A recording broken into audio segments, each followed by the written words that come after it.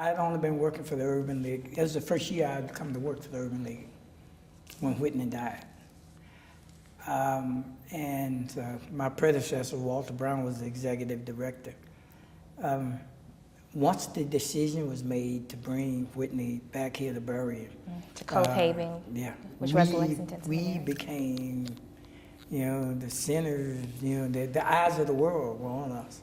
So we had to deal with the, and when President Nixon decided to come to the funeral, we really became the eyes of the world were on us. So we had to do all of the advanced work with the Secret Service, and that was quite an experience. I was 22 or 23. That was quite an experience. Mm-hmm. And then everybody, all of the national dignitaries came.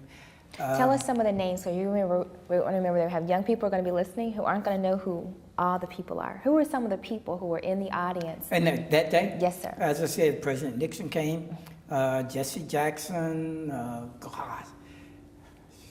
Can't tell you, there's so many folks there. Who could I think of?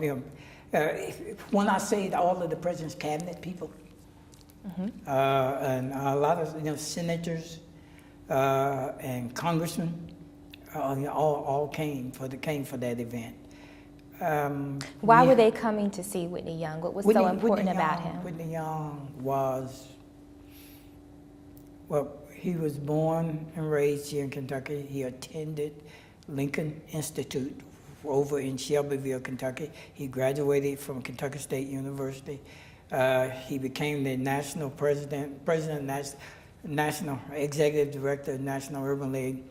Was very active in this nation in leading change in the 60s, highly respected. Considered one of the big six. Yeah, and out of that, those are the reasons that everybody came to pay their respects to Whitney. Mm-hmm. That was, I can remember that the media, our office at the time was on Georgetown Street, and the media set up in there, and to walk in your office and you see Dan Rather and people like that, and all of that was happening so fast for me that when it was over, I was kind of numb, mm-hmm. and it took a while to realize what just happened. What specific activities did you have to do to get his homegoing service? We had to get local, what they call marshals, to work in the crowd.